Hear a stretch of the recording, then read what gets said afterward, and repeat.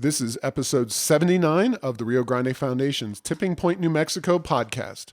I'm Paul Gessing. I'm president of the Rio Grande Foundation, New Mexico's free market think tank. You can find out more about the foundation at riograndefoundation.org. This and every week we'll be talking to you about public policy issues facing New Mexico.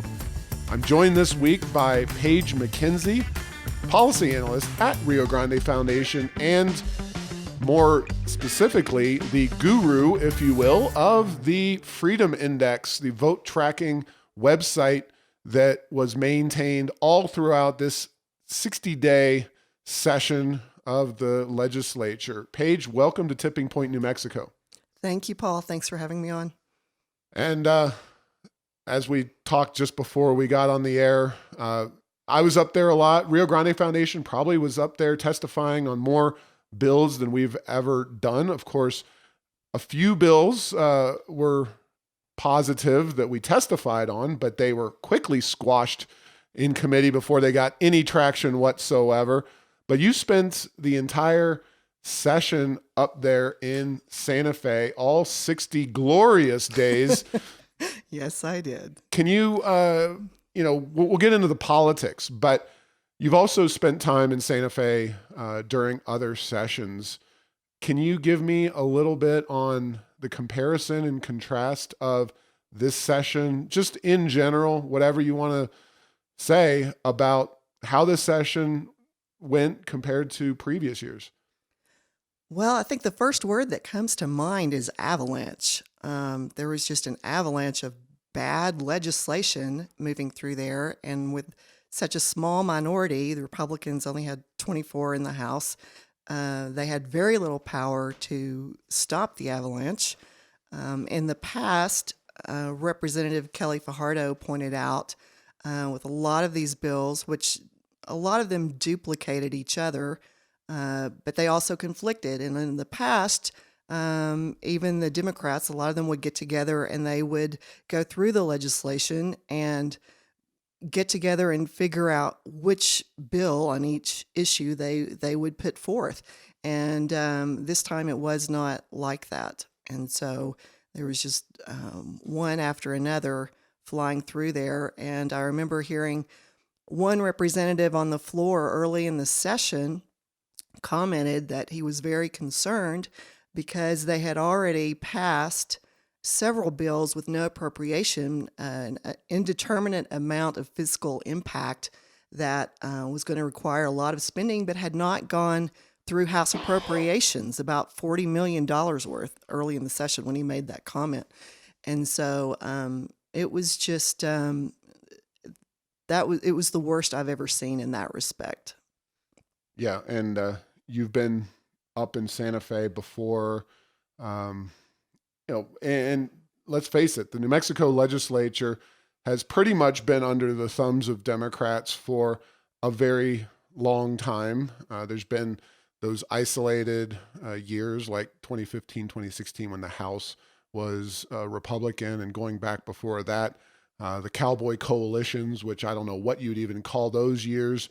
There's kind of joint rule in some respects, but the House was last under Republican rule back in the mid-50s. So that is not a record of bipartisanship or competitive politics. But how did you see the shift from the current group leading things, much more of a progressive mindset, from the days of, say, Ben Lujan and folks who have been in charge, even Michael Sanchez of the Senate, to the extent that you witnessed what happened over there? Were the days longer? Was it more ideological? Was it more personal? Was it more kind of just, we're going to get this done? What was that like?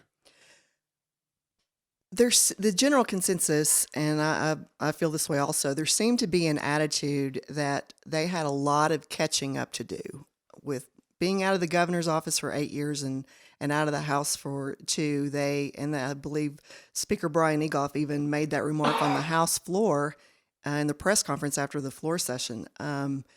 They had the attitude that they had a lot of catching up to do, and they were going to ram it through. There were several bills that had passed in previous sessions that were vetoed by Governor Martinez. That was called the Rocket Docket, and they spent a lot of time passing those out as quickly as possible.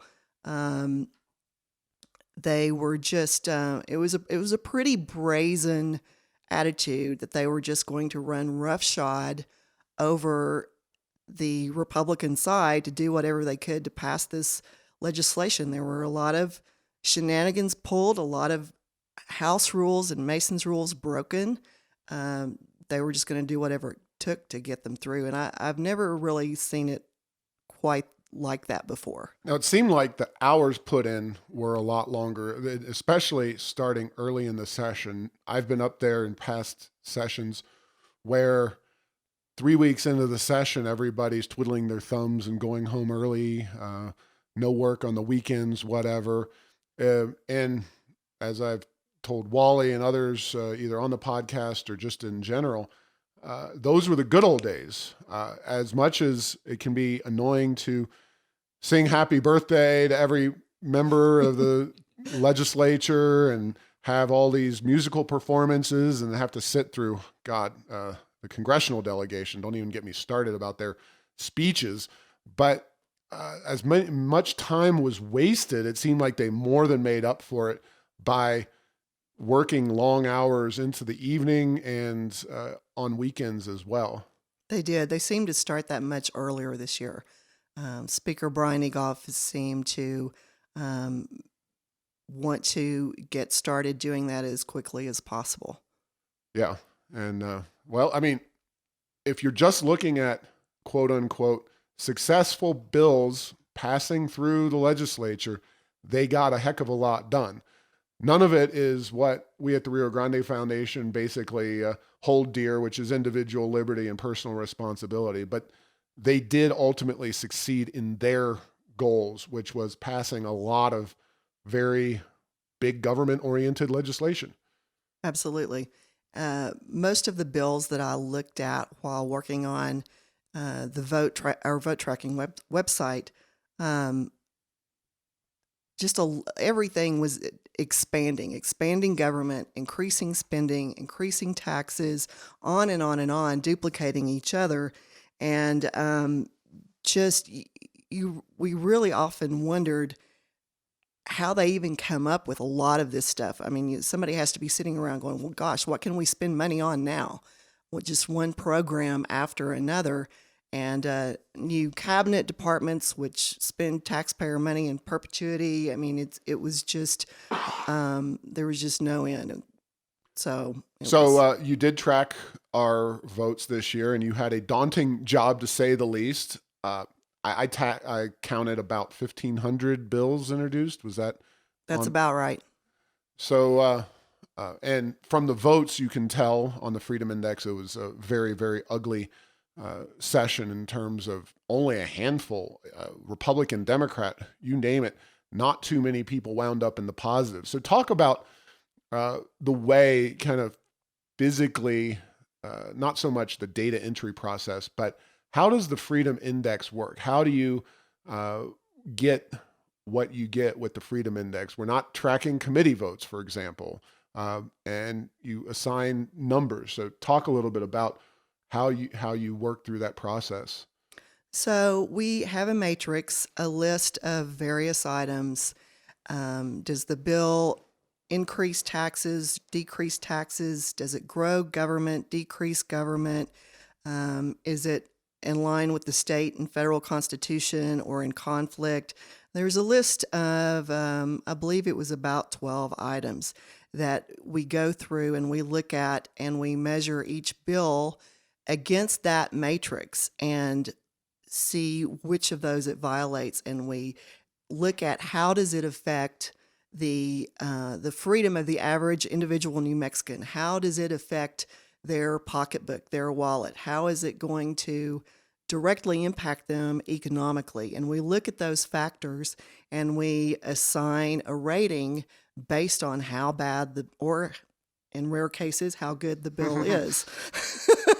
So that's the process. And unfortunately, there were very few with a positive rating, although there were some, but most of them were in the negative, unfortunately.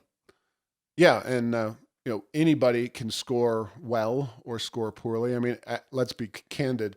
Uh, in this legislature, as it stands, the Democrats tended to score much more poorly than Republicans. But that doesn't mean that just because you have an R by your name that you are cleaning house in the Freedom Index. And it's also worth noting that as we record this podcast, we haven't completely finalized every single jot and tittle at the in the Freedom Index at this point. We're still working through bills. The session only ended on Saturday. There were bills passing through right up to the sine die adjournment period.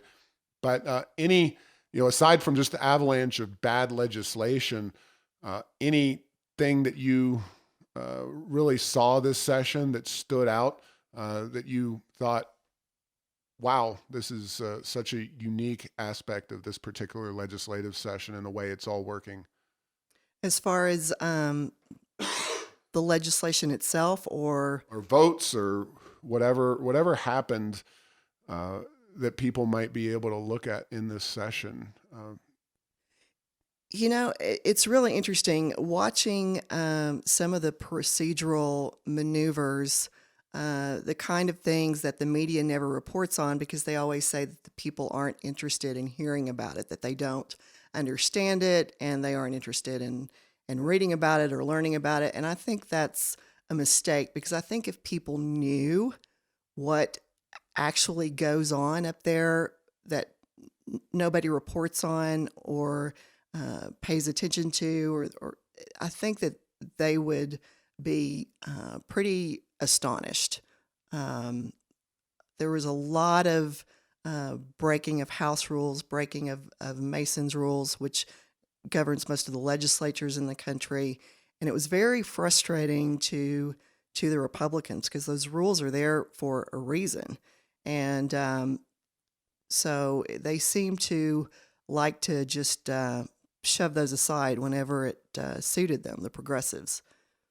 Yeah, the First Amendment isn't for popular speech, it's for unpopular speech. And that's the entire Constitution is written up as a rule system to protect those who don't have power at any given moment from those who do have power. And when it comes to New Mexico politics, the system is designed to, as best it can, protect the minority interests. And in this state, for sure, the Republicans are the minority. They have very little in the way of power and ability to shape any of the bills that move through our legislature. Now, some Republicans did get a few bills passed, but as we've kind of discussed, there wasn't anything that was, you would call a core limited government or core conservative priority that got any traction whatsoever this session. I mean, was it pretty much a whitewash on those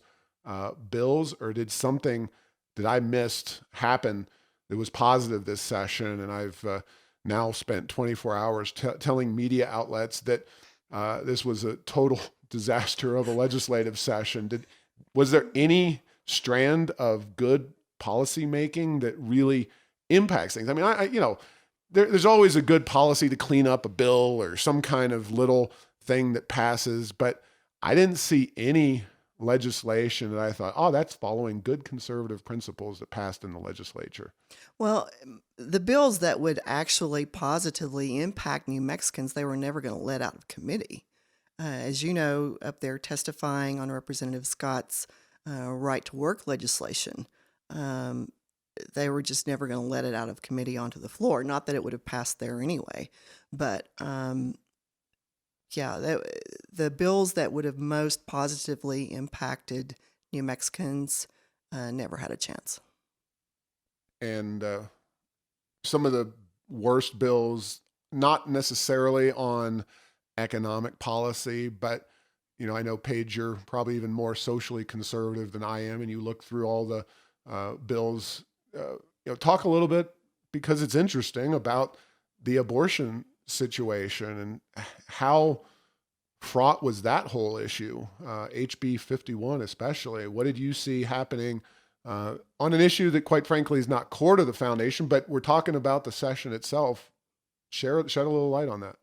Well, this was a radical bill that removed, and I can't remember now if they got it put back in, but it didn't matter because it failed, fortunately. But Conscious. they wanted to remove the conscience clause, Right. which would have forced people who were opposed to abortion on moral, religious, or personal grounds to participate, and it would have allowed. It was from 1969, so a lot of it was obviously pre Roe versus Wade, but to allow, right up until 9 months, to the day before a child is born, which in my mind is pretty much the same as infanticide.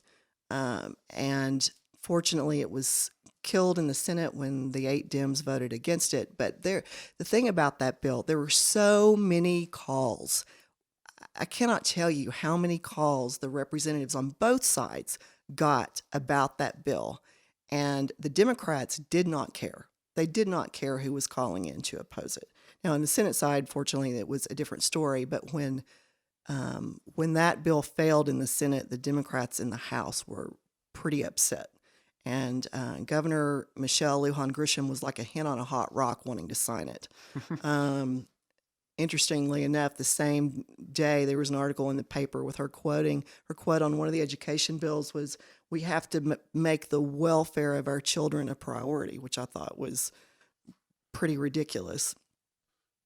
Right. Well, those were certainly some of the more controversial bills during the session, as were some of the gun bills. Did you see the same level of engagement when it came to the Second Amendment? Absolutely. Call after call after call after call. Well, and if New Mexico is going to get turned around, it's going to happen in the election. And I am a believer, while I did my due diligence, I did my efforts, and sometimes I was testifying as an expert witness, as you mentioned, like on right to work, and as a expert witness on Davis-Bacon repeal, which could help APS and the road construction issue, all these kinds of things that those folks just conveniently gloss over. But going up and standing in support or against a particular legislation, we saw, I think, more so than we've ever seen in Santa Fe, where basically the philosophy of the majority is, we don't care. We won in November. If you want to do something about it, you need to win next November 2020.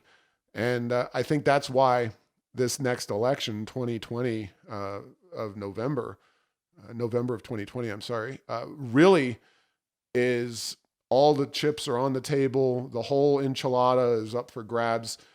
If the Democrats, the progressive Democrats, not traditional Democrats we're dealing with anymore, if they get away with it, if they pad their numbers in the Senate, Katie bar the door. This state is not just California, but beyond California. Absolutely. One of the worst things that I saw is a complete disregard for what the voters wanted on every issue. We had teachers calling in and saying, this legislation is going to increase our work days. That combined with, yes, you're giving us raises, but that combined with the tax increases, we're going to end up at a net loss. Please don't pass this. And time again, although we were getting hundreds and hundreds and hundreds of calls, they just didn't care. They had no disregard for what the people wanted whatsoever. They get a lot of their contributions from the unions, from film industry guys. That was another horrible bill. And, that's who they care about. Well, like I said, it's all coming to 2020. Every member of the legislature will be up that year. It's a non-governor year, but it's a presidential year. And the thing about 2018 is typically that's considered an off year for New Mexico politics because the president's not up, and the presidential election tends to drive turnout. And where you have high turnout in New Mexico, you tend to have high Democrat turnout. The off-year elections tend to be more conservative in nature because you have more Republicans continuing to show up, fewer Democrats continuing to show up. But with President Trump at the top of the ticket, you can be rest assured that the tension will be high and the interest will be high across the board. And that tends to filter down into those state legislative and other races. So it's going to be quite a time here in 2020. I mean, honestly, though, looking at it from Rio Grande Foundation perspective, I just don't see a ton of progressive agenda items that they haven't already, if not won the day on policy-wise here, then gotten the whole thing taken care of. I mean, yeah, we had mentioned abortion, pre-K, tapping the permanent funds. Those are the only two things that I think we can really say the progressive left didn't get any satisfaction on. Was the pre-K issue, tapping the permanent fund, was that something that was, were you getting a lot of phone calls? Was there a lot of interest in that issue or not? Very few, very, very few. Mostly it was the gun bills, the abortion bill, HB 6. The tax increase bill. Yes, HB 366. We got a ton of calls on, both supporting and opposing. That was the one to ban trapping. The coyote contest, yes. Well, there was another one to just to ban trapping altogether. Oh, just trapping in general, yeah. And a lot of people were calling in saying, "Hey, we make our living like this." I didn't know people still made their living like that, but they're down in ranching country. There are some. So what was the ultimate conclusion of that particular legislation? It's not in the. It died. If I remember correctly, it died before it ever made it to the floor. Okay. But the coyote ban did, that contest ban did pass through. Absolutely. Okay. And a lot of people, to me, the name of that bill is a little bit deceptive. You hear that and you think of people getting together, oh, let's see how many coyotes we can kill. That bill, as I understand it, something that the ranchers do is when there are coyotes killing their animals, they have kind of a pot. Everybody kind of puts something in and goes out and to kill these predators that are killing their cattle. And that's what this bill does is it bans that. Well, there have been, there was, I think, one contest that was very heavily publicized, mostly because people got all fired up about it. And again, coyote contests, killing or otherwise, not Rio Grande Foundation issues, just looking at what happened and didn't happen and some of the things that really drive interest. And I think that it is an interesting issue and something else that the urban areas, the people who, yeah, there's coyotes around Albuquerque, but hopefully people aren't going out in their front yard or backyard or in the middle of the road and blowing them away. That's a whole different issue, and you never know around Albuquerque. But this is something that a lot of rural folks really deeply believe and want to be able to do these kinds of things that might be distasteful to a more urban population. And again, kind of that overwhelming theme. We've got the numbers. We got elected with these folks supporting us. Rural New Mexico, whether it's right to work, minimum wage, every other issue that you might be negatively impacted about, don't even bother. We're just going to run it down your throats. Absolutely. So that was kind of the theme of the session. Absolutely. And it didn't even matter a lot of times that it wasn't enough for them that they had the votes. They wanted to squash debate. They pulled a lot of procedural maneuvers to keep Republicans from debating the bills. I don't know if they didn't want to be, on the record making certain statements about some of the bills, but that was a theme in committees and on the floor. Yeah, it was interesting to sit in some of these committees, and having been an expert witness for the Republicans in 2015 on right to work, when not once, but twice, unlimited testimony, and that means on right to work, unlimited union testimony. And that was, again, when the Republicans controlled things. It was literally 8 hours of sitting there through the debate, through the people coming in and saying their piece, and often 5-10 minutes of just rambling on, fact-based or otherwise, on these issues.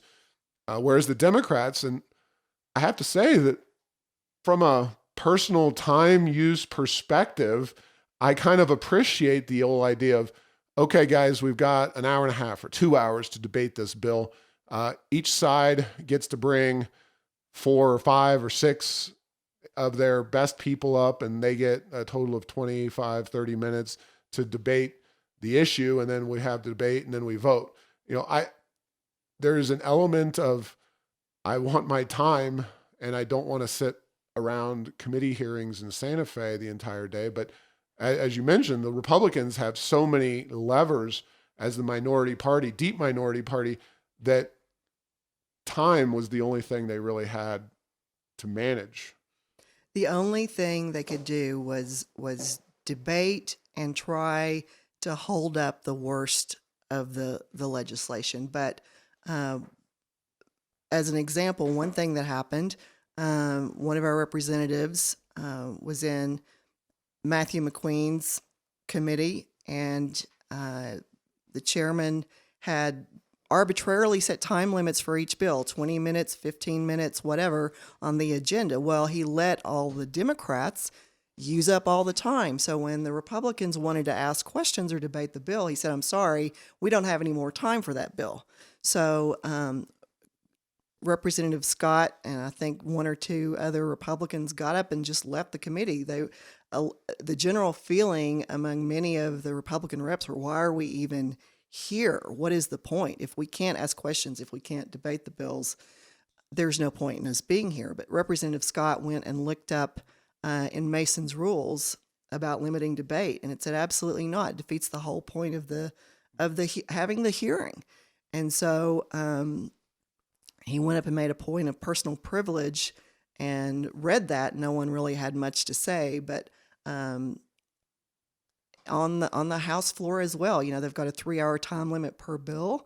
There was a story about where Representative Egoff had said, we don't have time for this. We're going to start limiting debate to an hour. Of course, there's video of him dancing and clapping around the House floor right before he said that.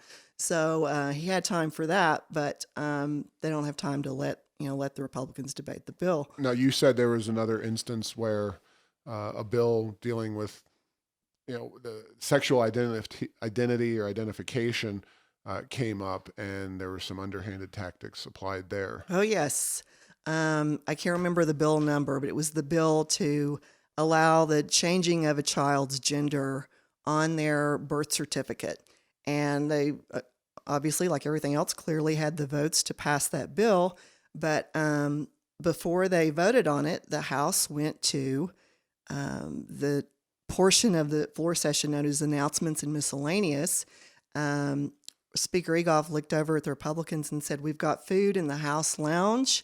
You're invited to go over there and get some dinner. They'd been on the floor several hours. It was about 6 o'clock in the evening or so. They usually come back on at 7 o'clock to continue the floor session. So 19 of the 24 Republicans were out of the House chambers over in the lounge getting dinner when all of a sudden they hear the sergeants at arms out in the hallway yelling, vote. And they passed that bill while 19 of the Republicans were out of House chambers because they wanted to squash debate. They didn't want any questions asked. They didn't want it debated at all. And of course, I was up in the Senate. I was actually there to testify on HB 85. That was the bill that ultimately passed that put the kibosh on local right to work efforts. But I was happily, I suppose, able to witness at least a significant portion of Senator Bill Scherer's filibuster, if you will, on SB 489. That was the bill that is going to shut down San Juan Generating Station up in the Four Corners and raise the utility costs. As Wally and I firmly believe, you can listen to several statements we've had on recent podcasts on that issue. Did you see? Well, of course, and to conclude the story, they had the basketball game scheduled for that particular evening between the House and the Senate, and they had to grab senators from the basketball game and get them to the Senate floor to vote on that particular legislation. Did you hear any scuttlebutt, if you will? I know you were not on that particular side of the chamber, but what was the kind of discussion under the radar about Senator Scherer and his efforts there? He clearly went to the mat for his community. I tweeted on social media and put out there that I thought he was standing up for his own community's interests and doing so in a very principled way. But what did you think? What did you hear and think of the whole issue? I didn't hear a lot. I heard that it happened. I didn't hear a lot of the behind the scenes stuff about it. I was more plugged into the House side. But that's just another issue where they didn't care how many hundreds of jobs people were going to lose in those parts of the state. They just wanted to pass their, do whatever it took to get their legislation passed. So, again, I didn't hear the full story about that. I just heard that it happened, but it was just another example. Right. Well, any other thoughts on the Freedom Index itself or anything that happened during the 2019 session? Do you have any prognostications? You think, I assume that Governor Lujan Grisham is going to sign pretty much all of these bad bills unless you've heard any different. I think the one that I could contemplate her not signing is the Electoral College one. I just don't see how sticking your neck out and signing that benefits her, but who knows? Sorry to interrupt you. That was, it was very interesting, the debate on that bill. I was reading about if that had been in effect in 2004, California would have gone to George Bush. So I don't know if they realized that. I was waiting. Well, how you mean New Mexico? California. How? If that bill had been in effect in 2004, California would have gone to George Bush, where Kerry got, I believe it was 1.4 million votes.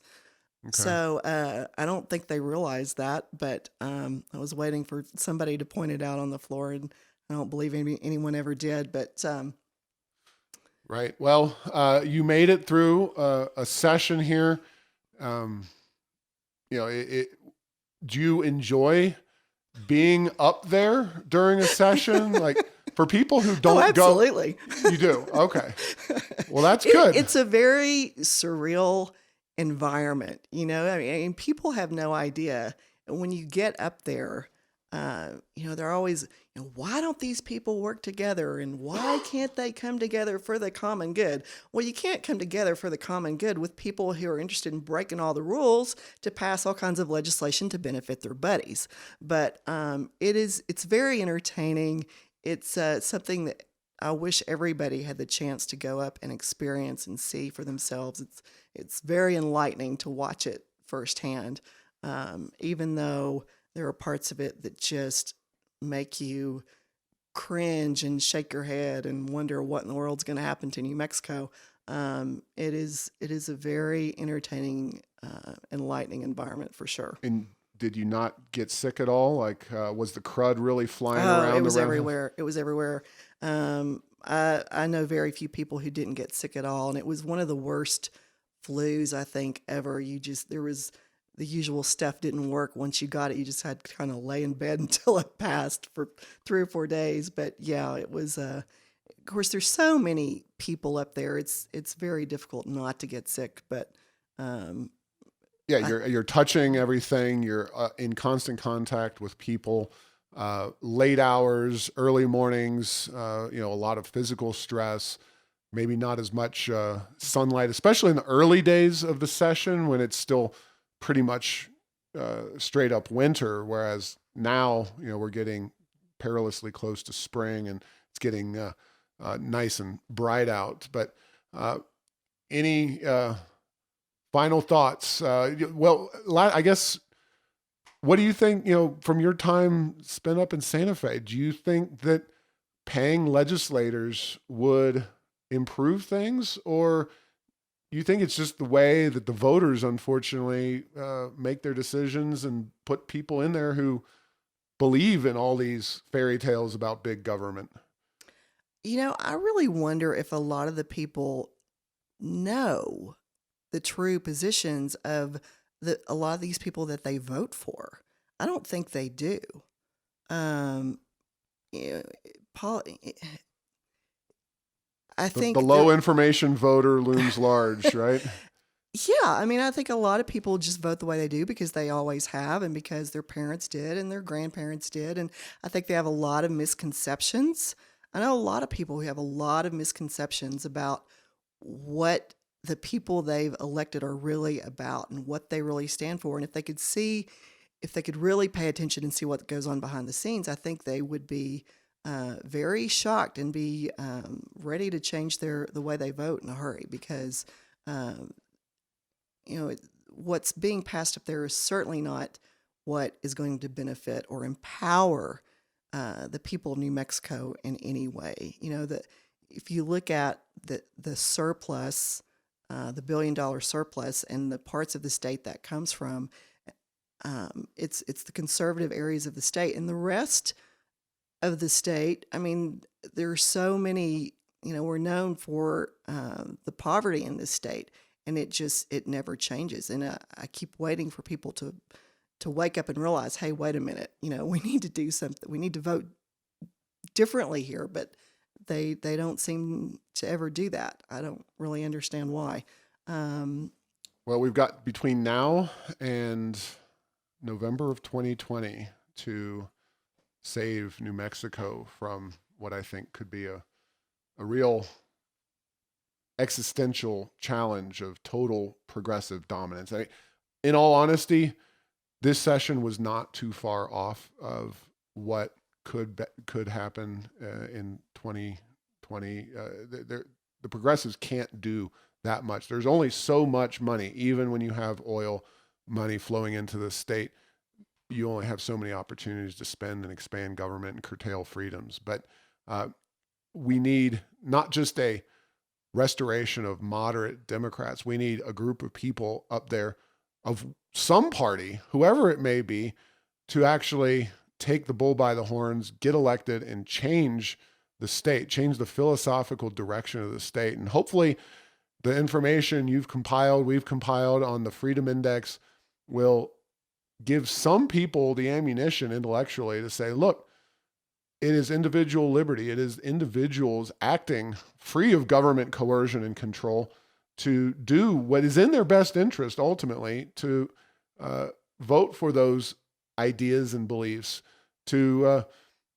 As the Rio Grande Foundation was victorious on the Santa Fe soda tax, which, by the way, was tied to a pre-K program in Santa Fe that people obviously didn't care enough about to vote for that pre-K program. They supported not taxing soda and sugary drinks. They did not support mandatory paid sick leave, which the same people who are in power in Santa Fe wanted to impose on Albuquerque and always emphasized, oh, this is just going to be all positives and no negatives. Well, that is not reality. Go back, Economics in One Lesson, Henry Hazlitt, read it. It'll take you a couple hours, tops. It's a fantastic book. There's no such thing as a free lunch. And of course, APS and its massive tax grab. So when presented, I agree with you.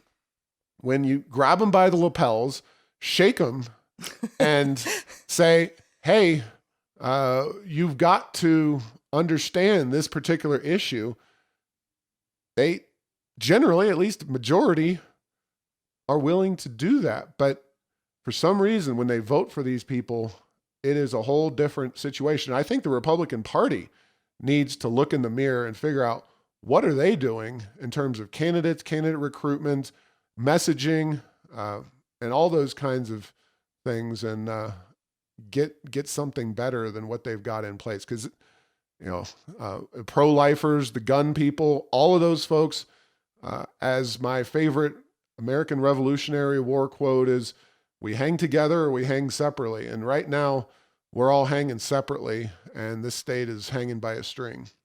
Amen.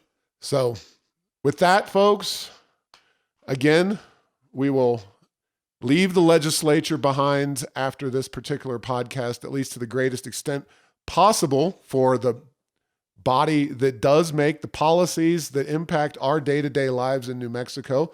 And while governors, whether it's Michelle Lujan Grisham or Susana Martinez or Bill Richardson or Gary Johnson, whether they, what the role they have is ultimately circumscribed by what the bills are passed and move forward in Santa Fe and how those are designed and how they are going to impact your individual freedom. Because a governor can do a little bit, they can sign, and I expect Michelle Lujan Grisham to sign a vast majority of these bills, but she has a limited control by herself, as especially Governor Martinez did with never having those two legislative bodies under her same banner. So we shall keep fighting at the Rio Grande Foundation, and I hope you will as well. Thanks for listening to this week's discussion. We're working every day to turn New Mexico around. Go to riograndefoundation.org for more information or to support our work.